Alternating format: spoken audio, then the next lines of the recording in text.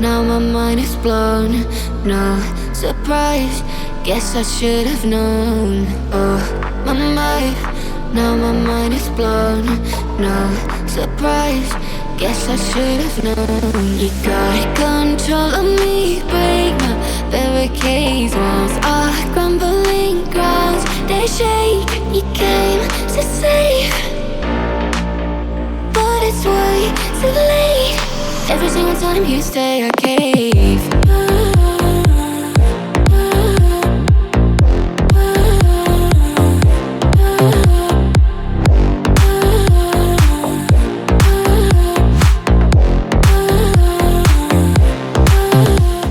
Hello and welcome to another episode of Neurodivergent News, where we are changing what it means to be neurodivergent. To all of those that may be listening, we are here to help provide resources for living in a quote-unquote normal world. I am your host, Deanna Brakefield, the owner of Lionheart Kingdom Marketing, and advocate, parent, trying to become a mover and shaker in the community. And I have with me the amazing Jeremy Brakefield, my husband. If you would please introduce yourself. Thank you. I am Jeremy Brakefield, founder of Lionheart Kingdom and co-host of this here fine show. And our other co-host would be Mr. Stone. Hello, my name is Stone G. I'm a counselor. I work specifically with neurodivergent people. I'm co-located in Australia and France, and delighted to be here. And today we also have with us the absolutely amazing Steph West, who is doing all sorts of interesting things for the next generation of our community. Steph, please take a moment and introduce yourself. Thanks, Deanna. I'm really glad to be here. So like you said, I'm Steph. I am in Texas, and I am a social coach for neurodivergent kids and teens. And so I run social skills groups here in San Antonio and on Zoom through what I call a social club, where my students come and we work on social together as part of a group. My approach is that I don't like the phrase social skills, because to me that implies explicit things that people need to be taught, and I don't really teach anything in isolation like social skills tend to be taught in isolation. So I teach my students self-awareness and social awareness so that they have a better understanding of how social works in everyday flowing adaptive situations, so that they can respond in the way that gets them the best social outcome. I love it. I love it. So today, and this is why we have Steph on, so that we have a varied perspective on this topic. Today, we're going to be talking about masking, meltdowns, and burnout, that hidden cost of fitting in a neurotypical world, which I think we can all agree we don't necessarily want to fit into the neurotypical world, but sometimes we have to go out and be amongst them. And there's a cost to those sort of social interactions. So opening thoughts? Sure. I'll start with a question, which is directed at Stephanie.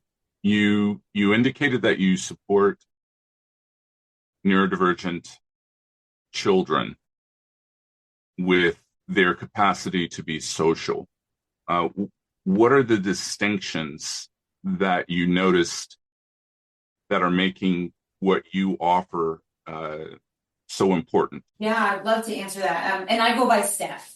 Okay. So I think the typical approach to social, especially in the autism world, is ABA, right? ABA therapy is a typical approach to pretty much everything, especially here in the US. It's covered by insurance. Nothing that I do with my students is based on rewards or consequences that are unnatural, that are created, that are, there's no treasure boxes, there's no point systems, there's no phone calls home to parents. Everything that I do is based on helping my students recognize the social rewards and consequences of the choices that we all make. So I explain to my students how things work from a social perspective, and we get to try, we get to practice, and my students get to decide if they want to use the strategies that I'm teaching them. If they don't want to use them, that's completely fine. It's always their choice, but they do get to notice through their interactions with other students in the group the social consequences of the choices that they are making.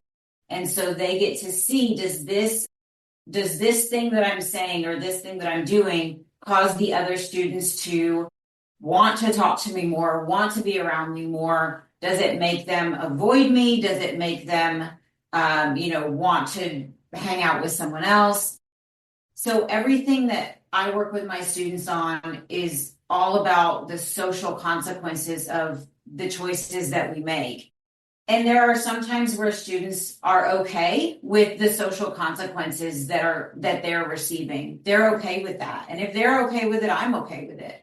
I just want them to know that this is the consequence of this choice. And if they want a different social consequence, there are different choices they can make. And most of the things that I teach my students are things that they just haven't figured out yet. Okay. So that means that, am I hearing that there is a distinction in the way that neurodivergent children would communicate or relate to the world as compared to neurotypical children? Neurotypical children, so much of their infancy, childhood, even teenage years is all about watching and modeling and mimicking and copying, which is it's a really beneficial social behavior to mimic other people, to copy other people. A lot of, I say us because I'm also neurodivergent, a lot of us don't have that same awareness to look at other people as models. And so a lot of people who grow up autistic or ADHD don't have that same awareness to try to model or copy other people. Or if they do, they are then recreating those social behaviors, maybe at a time where it's not really appropriate, in a setting where it's not really appropriate. There's so many hidden rules around social that even when some of my students do figure out that they can watch other people and copy other people, they get in trouble for some of the things that their neurotypical peers were able to pull off and get away with. And my students are getting in trouble for it. The language they're using, the things they're saying, the way they're interacting with other people. So some of my students do try to mimic other people their age, their peers, but it often does not have a positive outcome for them. Most neurotypical kids, mimicking is how they learn. That's how they, language is another great example. Neurotypical kids learn language by mimicking. A lot of autistic kids learn language very late, or some not at all. And they typically don't learn it by mimicking. They learn it because they realize it gets them something that they want or need. Okay. Well, that's a useful segue into masking, because if children or humans are learning language, some attributes of language, by copying, and neurodivergent children in particular are learning by watching and copying, but not necessarily using what they're learning at a socially appropriate time. I guess is the next step, if they do that too many times and they're not getting an appropriate outcome, is that what leads to potentially burnout or being overstimulated? Let's talk a little bit more about that. Yeah, it absolutely can. And while we're on the topic of language, it makes me think about scripting. When you have kiddos, this is really common with Disney. You have kiddos who watch certain Disney movies or Disney shows repetitively, and they learn how to mimic certain lines word for word with the same tonality, with the same, whatever that character is speaking, they can mimic that. And what's really cool is that some people can learn to script in a way that's appropriate to the situation. So they're not generating authentic language. Everything they're saying, they've heard someone else say. But I think it's amazing how some people can learn to match a script to an actual situation that's happening. But yes, I think masking, it is part of being a human being that we have an innate need to fit in. It's part of being a human being. Years ago when we were tribal, it was actually fatal to not fit in. You could be kicked out of your tribe, which meant you would die. And so it's ingrained into us as human beings to want to fit in.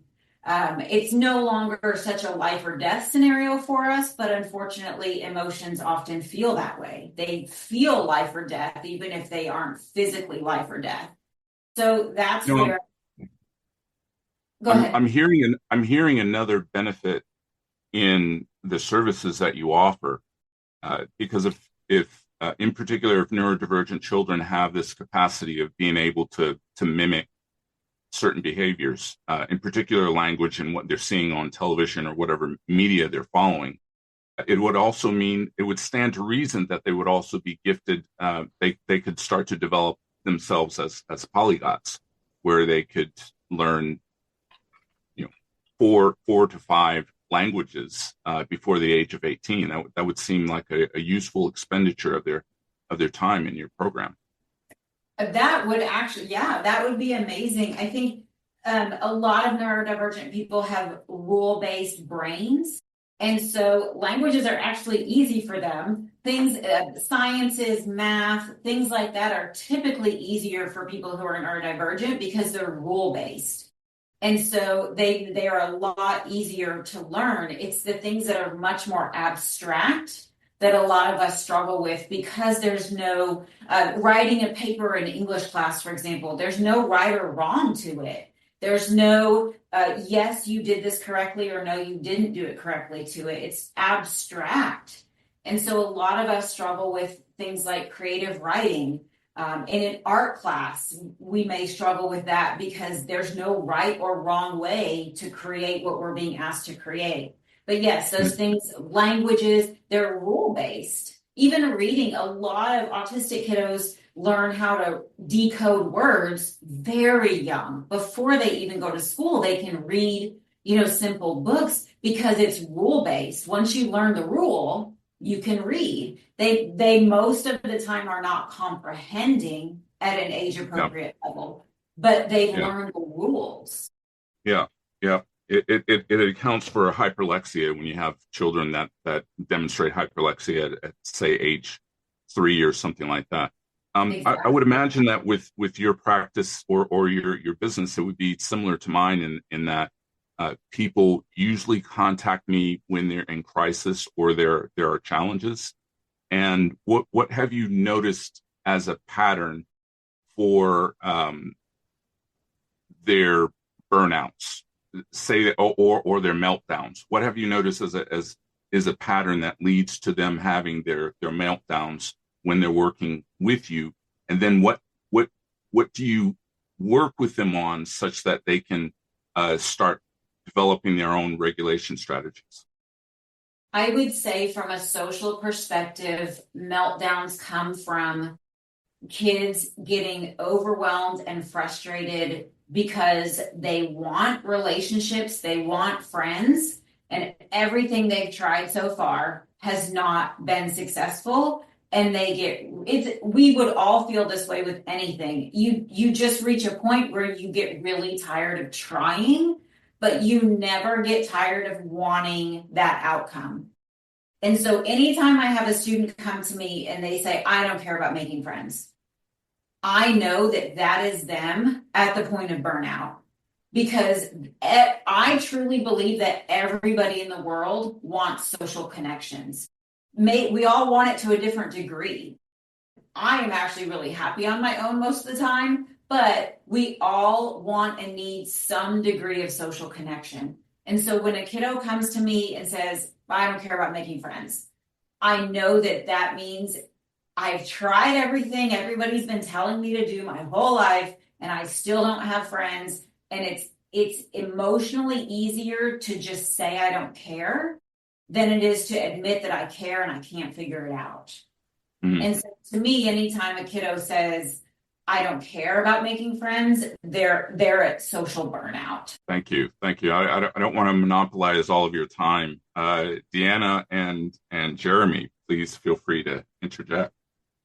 No, this is absolutely amazing from my perspective. There's a clinical element here, and as Steph was putting it, a lot of our community really does like those rules-based systems, and she's essentially explaining the rules of how we got to where we are. And I love it. And Absolutely. remember, my big shtick about all of this is I want the people that are listening to get something out of what we have. I want them to take something from this and be able to make tomorrow better than it was today because of something they heard here. If you guys want to, one of the things I love to do is if you guys want to give me a social example, something that might be hard for somebody, or if any of you personally have something, and I'll show you exactly how I would walk my students through it. Yeah, I think that would be useful if we take it from a perspective of a framework, because sometimes we might be, I'll make an I statement. Sometimes I'm working with a client and they want to know specifically how to do X, Y, Z. And what I'll do is I'll ask them questions. Obviously, I'm a counselor, so I tend to ask questions. So I will ask them questions that will enable them to generate their own framework so that they can come up with an answer that's going to support their needs rather than telling them, hey, you have to do it this way, which is more of the type of ableism type conversation. So let's see. There's never one way to do anything when it comes to social. Social is so dynamic that I can never think of any one example where it's always this way. Even something like saying hello to somebody. Well, what if you're in a meeting and you see them? What if you just saw them 5 minutes ago? What if you don't actually like them? So it's, that there's nothing about social that's black and white. And so that's why I struggle so much with programs and curriculums that teach this is the way to do this, because there's no such thing as the way to do anything in the social world. Yeah, exactly. I agree. Okay, so let's take a random example. Let's say we've got a 16-year-old. Once upon a time, he was diagnosed as Asperger's, but as we all know, that has gone away. So every time he approaches social situations, he is aware that he overshares, but he does not know how to control that. He is aware that he has several physical tics, but he has been unsuccessful at controlling those. And because of this, he has built up an extreme sense of fear of rejection. And so he no longer wants to approach at all. Where do we begin? I'm going to say those are two different things. For the tics, because that was the most recent one I heard, one of the things that I think is really important for that, for kids who have tics, for kids who STEM, anything that makes you stand out socially, I really think it's important for not just kids, really anybody, to find a community where nobody cares and to start there. So anything that might, somebody who stutters, find a community where nobody else cares and start to build your self-confidence in that kind of community. I have a student in my program that has a really bad stutter.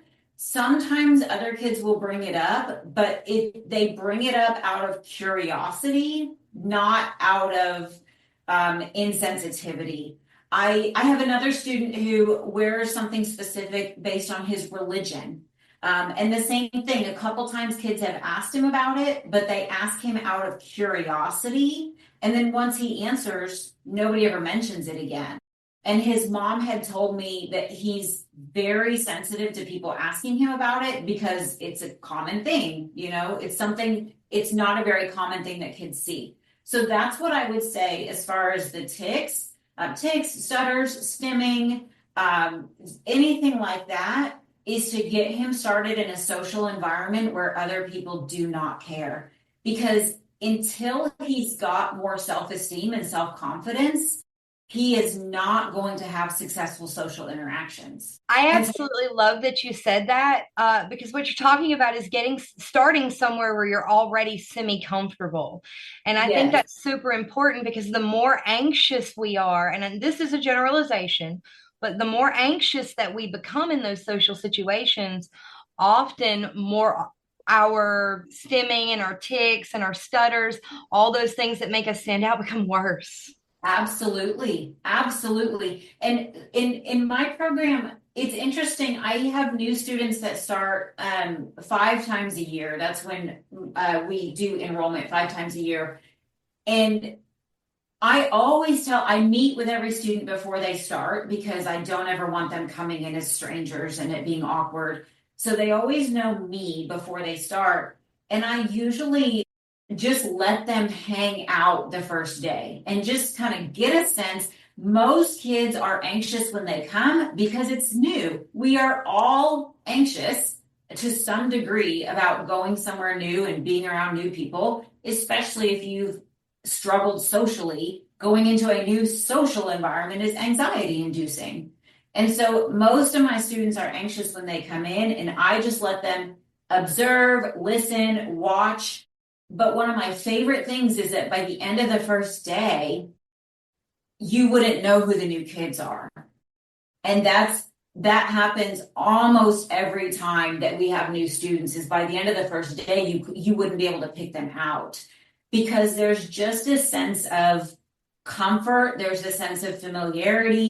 Some of my students, you can see that there's something physically different about them. Some of them you can hear when they talk that there's something different about them. Some of them you can just tell, we just think differently. But nobody is making fun of anybody. Nobody is excluding anybody. And I didn't create that. I can't make kids include each other, right? I didn't create that. They create that, because I feel like my students just understand each other, and they have this unspoken shared history. They all have this unspoken shared history of social rejection. And I feel like they just get that from each other, and they understand each other that way. So, Stone, I know you're a counselor too, and you work with people and probably partner with some organizations. What I'm hearing Steph say is that on this early level, if they have this sort of shared understanding, it makes it easier for them to dismiss each other's differences versus focusing on them.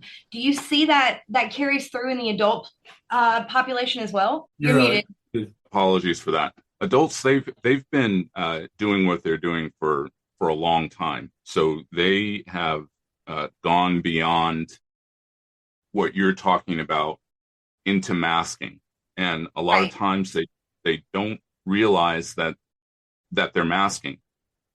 What's also interesting is, and you've heard me share this before, is that women have 10,000 more neurons in their communication centers than men do, which means that women are more adept when it comes to masking, and therefore their diagnostic criteria is different than it is for men, which leads into our discussion about the impact masking has not only on children, adolescents, and adults, what it does to our identity, our sense of well-being, and also the connections that we might have in our life. I'm not sure if I answered the question.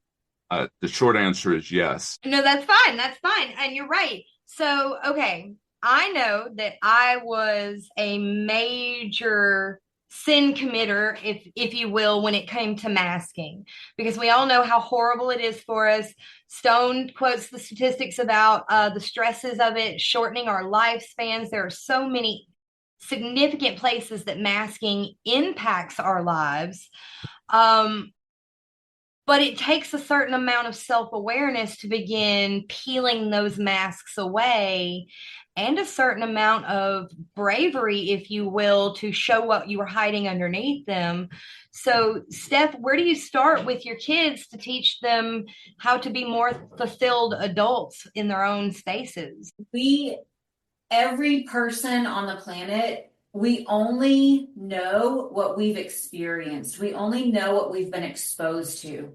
And so if you have only been exposed to neurotypical kids, because that's the majority of the population, and if you've only been exposed to situations where you have been masking, it will be really difficult for you to recognize and realize that you've been masking, because that's been your only experience. And so that becomes your identity. The person that you are around other people becomes your identity. The only way that somebody can really recognize that they're masking is to be in a situation where they're not, and to notice the difference and to be able to see the difference.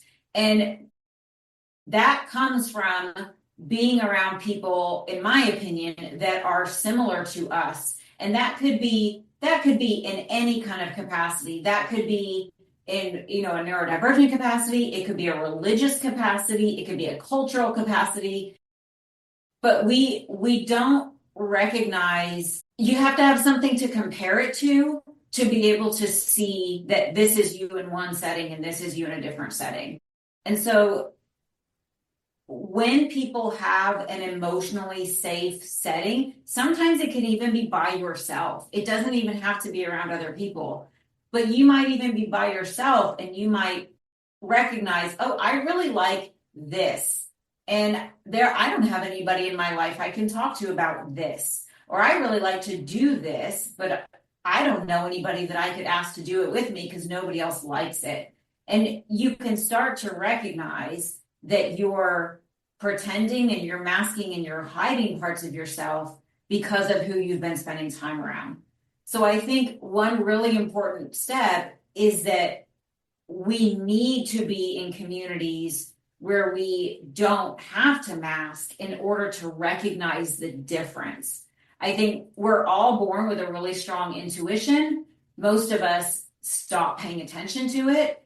But if you can learn to pay attention to your intuition, you will feel the environments that you are masking in. You'll feel it, and you'll feel the environments that you're not masking in. And you can start to learn how the two feel different.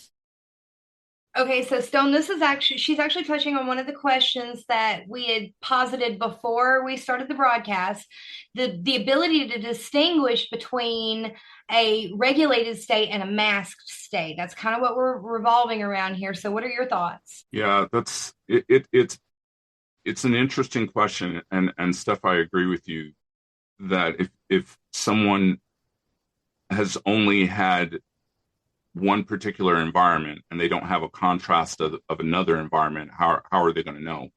And so I'd start by looking at the data. I'd start by looking at the statistics. So we have plus or minus a million or so, 150 million people on the planet who are neurodivergent, and possibly more. And out of that 150 million, only 10% of them or less have a diagnosis. And so if we look at that pattern, what one could a conclusion that one might come to is that, okay, there are a lot of us whose needs are not being met because we don't know what questions to ask, which is where this show comes in, because we get to ask these kinds of questions.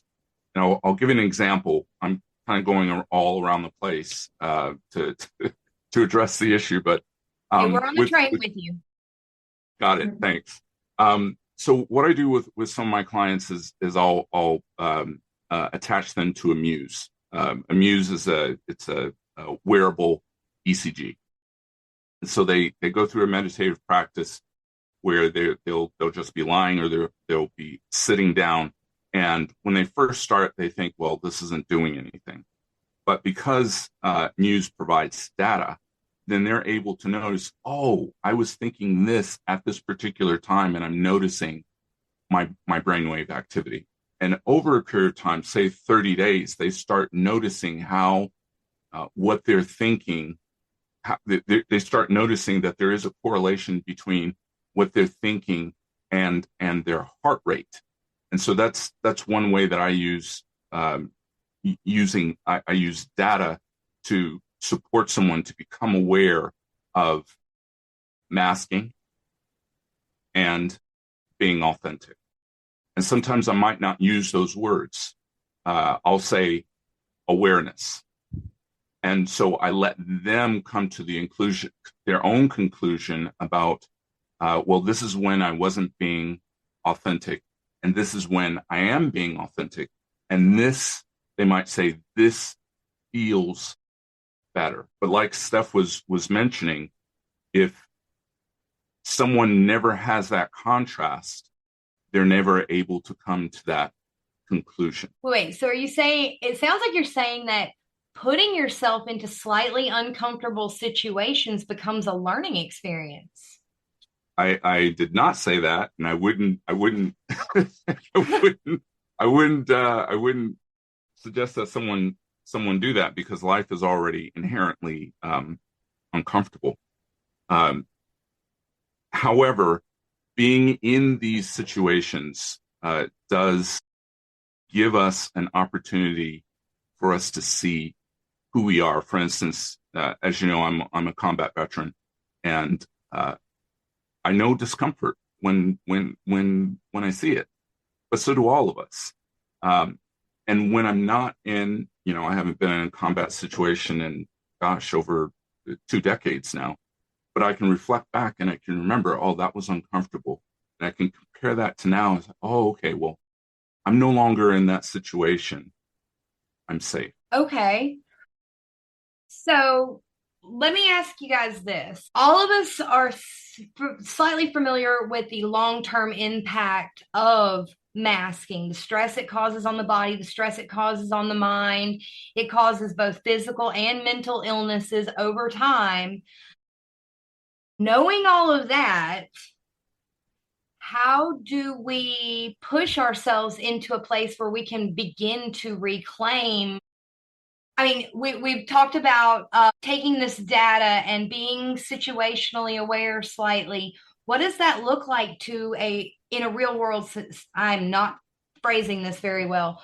In a real world setting. Well, first off, Steph, I don't mean to jump in here, but I just wanted to frame it in a different way. Please. It's not natural.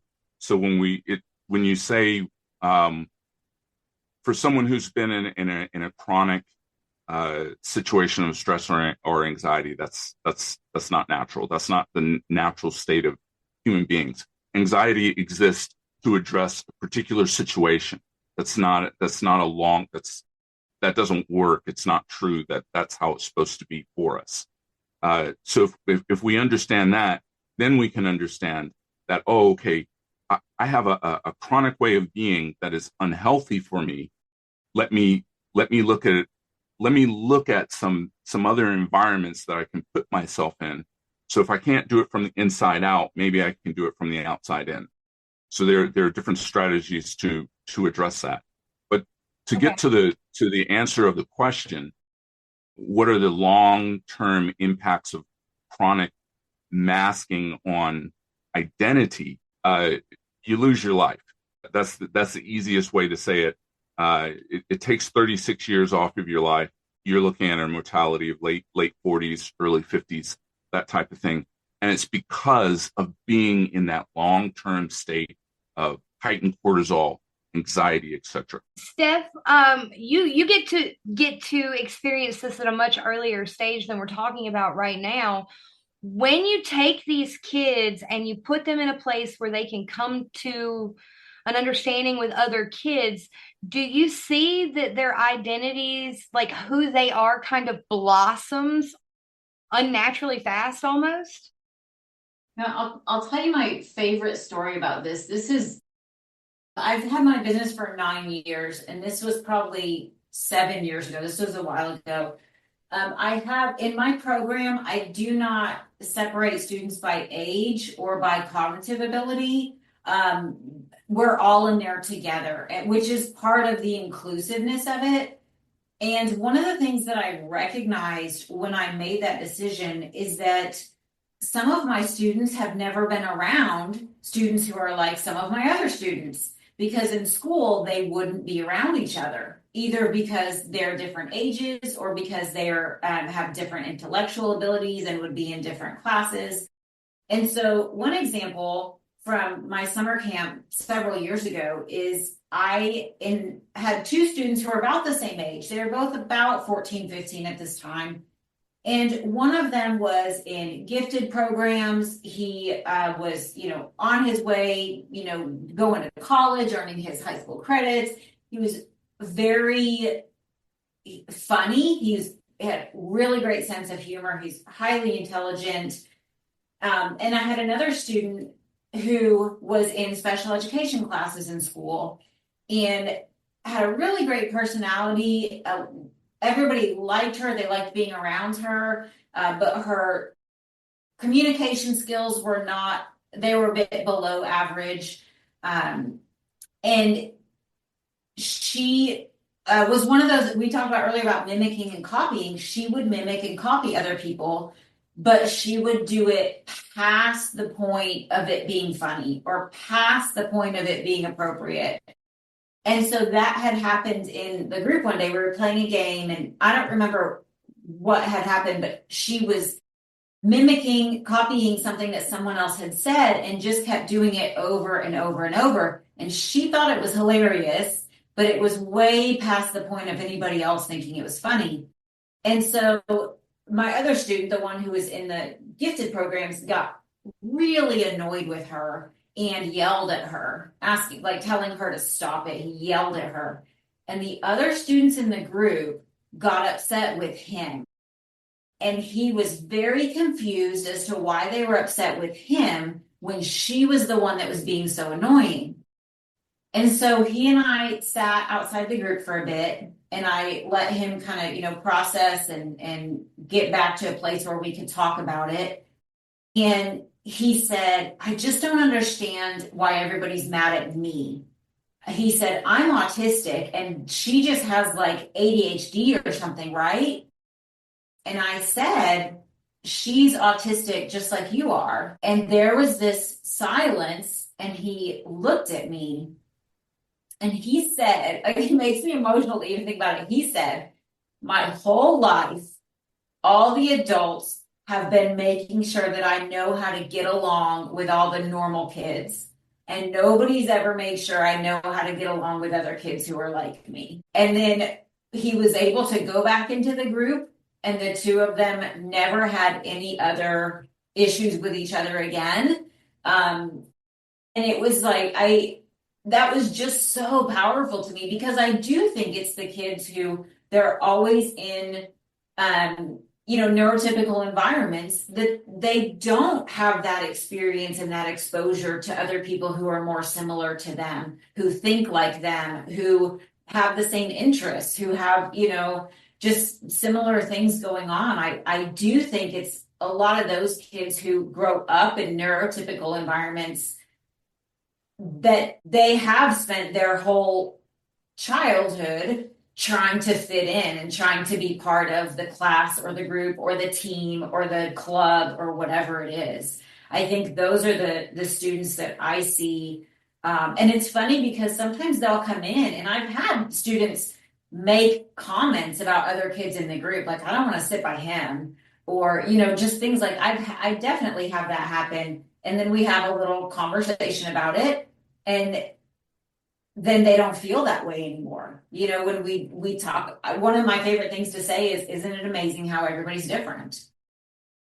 And so I had a student last summer that had a surgery, and before he wasn't able to walk with us to the park that we go to, and he had surgery, and now he was able to walk, but very slowly. And the kids were getting frustrated because he was walking so slowly.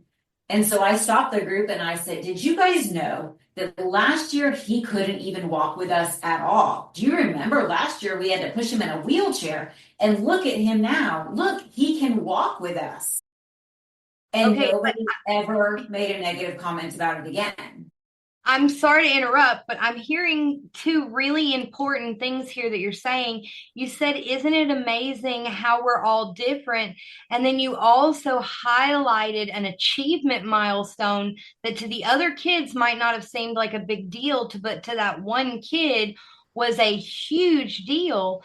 That seems to be something that as an adult, we kind of lose that. It almost goes polar opposite when we've just been masking for so long. We resent those that appear free or are making those achievement and milestones instead of wanting to encourage them. And I think that's part of what leads to our meltdowns as adults. What do you think, Stone?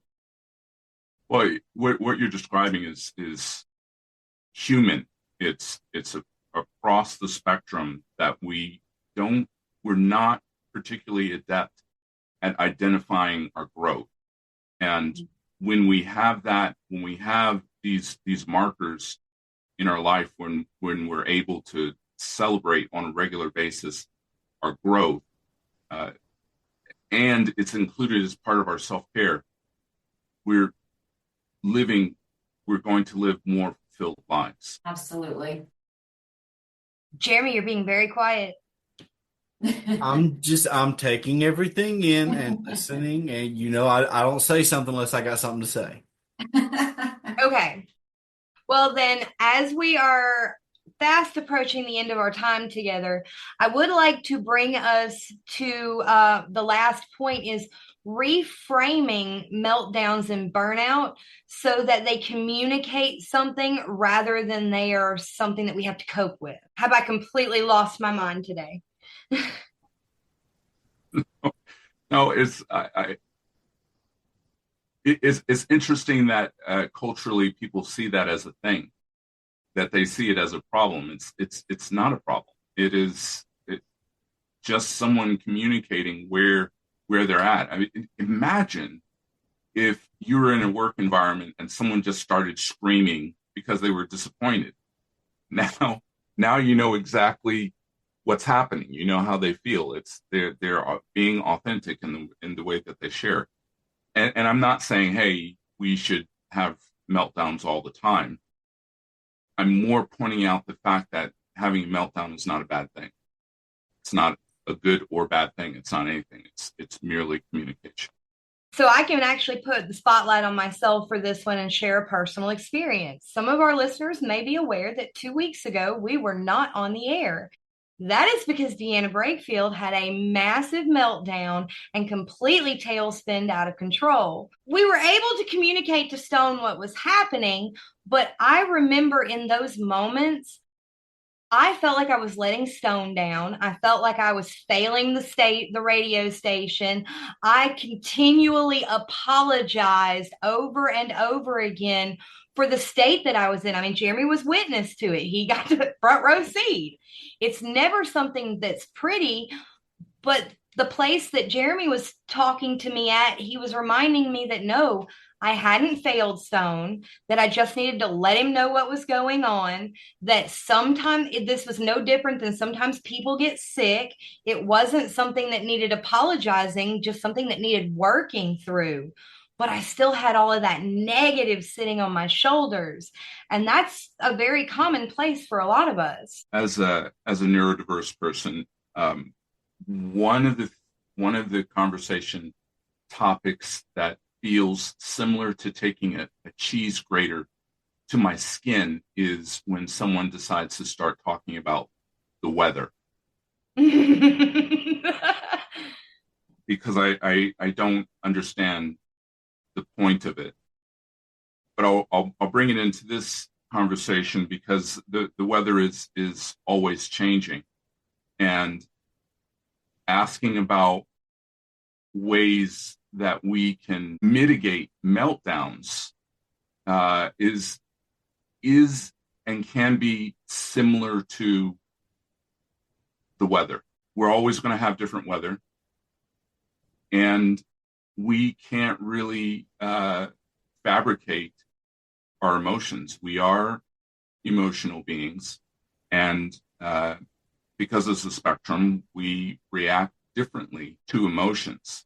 We can develop certain conditioning states that can make us more aware of the consequences of a particular emotion, or the when we behave in a particular way with an emotion. But it's futile to judge an emotion, like judging your hair color, or judging the color of your skin, or judging your gender, these types of things. So meltdowns are not a dysfunction. It's not a problem. It's just someone communicating. And we get to choose how we think and feel about that communication. I have one thing I want to say about the weather stone. And then I have what I want to say about why meltdowns have such a negative perception. So about the weather, I actually teach my students, if you want to try to talk to someone, talk about the weather, because everybody experiences the weather. Everybody can relate to the weather. Even if you live like we do in different parts of the world, everybody experiences weather. And so if somebody tries to talk to you about weather, it's because they're trying to make a connection. They're trying to start a conversation. So just know that it is actually the number one topic, because everybody experiences that. You know, because I work mainly with kids, they'll want to ask people things about video games, or, you know, I don't play video games. So you can't start a conversation with me by talking about video games, but we can talk about the weather. You know, we're in Texas where it's been 100 degrees this past week, literally 100 degrees this past week. So that's why people talk about the weather, is because it's a universal experience. There's not anybody that cannot participate in a conversation about the weather. It doesn't mean you have to like it, but that's what it is. That's why people talk about the weather, because it's a universal experience. Okay. Going back to meltdowns, and the reason that they have such a negative connotation is because our society is built on people being compliant. If you think about the school system, you think about the job, right? Like, our society is built on people being compliant, which is a really good thing, because otherwise society would crumble and fall apart if we were all just running around rebelling all the time. But that's why meltdowns and things like that have such a negative connotation, because they are perceived as that person. You know, if you think about somebody having a meltdown and somebody observing the meltdown, often their thought is something like, especially if it's a child, well, their mom must have told them no, or they must not be getting their way, right? There's a negative story attached to it, even if that's not what's happening at all. Maybe it's that the sun is too bright and it's hurting their eyes and their brain, and so they're having a meltdown because the sun's too bright. But it's often perceived as this person being non-compliant. It's right that people misuse meltdown and tantrum, right? Because a tantrum is perceived to be a child being non-compliant. So I just wanted to add that as to some of the reasons I think meltdowns have such a negative connotation, is because it's a perception that this person is being non-compliant. For me, I've got a slightly different take on that particular aspect, but I do agree with most of what you said. For me, I feel like that meltdowns are looked at badly, kind of in a bit of a way, because of the way our society has kind of developed, where now it's almost a bad thing to have a wrong answer. You have kids in school and they're given a test, and if you get wrong answers, well, shame on you. You're not supposed to get wrong answers. You're supposed to have right answers. And so I feel like it's sort of a little bit of an extension of that mentality, where you're not supposed to melt down. You're supposed to control yourself. You're not supposed to get to that point. But I feel like that a lot of it is sort of miscommunicated, misunderstood. Because at the end of the day, the meltdown is nothing more than communication, like Stone was saying. It's simply a communication that most people don't want to hear. They don't want to know that they have overstimulated you, that they have pushed you to the point where your only recourse is to explode. Where it's literally I try, in a lot of cases, you try to defuse it before it gets to that point. You try to keep yourself calm, but when you've had enough, when enough is enough, you just have to let it out. And one of the things that I want listeners to hear from me is that the meltdown is not a failing of you. That is not the problem. You melted down because you didn't take a step back and understand what it was you needed in that moment and make everyone give you the space, to give you the room to be who you need to be. And that's why you melted down. Because at the end of the day, you're going to communicate your needs. You're either going to communicate them in a quiet, calm voice, or you are going to communicate it in an interruption. But at the end of the day, you are going to communicate. And I feel like that is an important message that we need as neurodivergents, that we need to try and teach everybody, is that, yeah, you're going to melt down. That's not a bad thing. That's not the end of the world. It happened. Now we take a breath, we identify it, and we continue going forward. Either if you don't like that and you don't want to do that again, you figure out what it was and you take the steps necessary to not melt down in the future. If that means that there's a particular person that is causing your meltdown, that is not being the type of person you need to be around, then you have to understand that you need to step away from that person. Because there's no good that's going to come from leaving yourself sitting in a bad situation where you're just going to repeatedly end up in the same situation. And as neurodivergents, we need to tell our people that you can do it. It's not, there's nothing wrong with you for stepping away and taking care of yourself. And I feel like for a lot of us, that's the mentality we have. That if we try to step back and take care of us, that we're doing something bad to everyone else. And I feel like that's an important message. Thanks for adding that, Jeremy. Go ahead, Steph. I just want to say thank you to Jeremy for adding that. And I will say for my students, the one thing that I do, meltdowns aren't that common in my program. I think because there's not a lot of things going on that would cause them. But when they do happen, the one thing I always do, or anytime somebody's just experiencing, frustration, anxiety, anger, whatever, is I always empathize with them. That's just my go-to. Because just because I wouldn't feel that way in that situation doesn't mean it's not okay for them to feel that way. Everybody's feelings are always valid. However you feel is always valid and okay. I teach my kids, we just have to be careful with what we do when we feel that way, but your feelings are always valid. And most of the time, when I know why one of my students is upset, I would feel the same way. Even we play a lot of games and sometimes kids get upset if they lose. Well, to be honest, everybody wants to win the game that they play. Everybody does.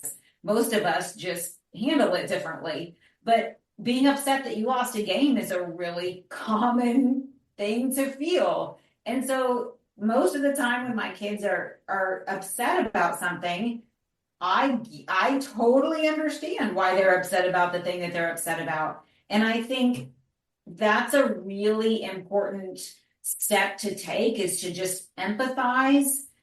And most of the time, just me doing that helps them come back around and recenter and be okay and be able to join the group again. I haven't done anything to solve the problem, but I think children are often taught that anger is not okay. Frustration is not okay. All these big emotions that are considered negative are not okay. they're all So okay. we're running out of time. So I just want to summarize some of the things that we talked about, and then Steph, I have a question for you for our audience. So just in summary, asking, it may have helped us to survive to a certain point in life, but it isn't meant to be our way of life. That masking is not a way to negotiate life. I think that today's conversation reminded us that burnout and meltdowns are not signs of weakness.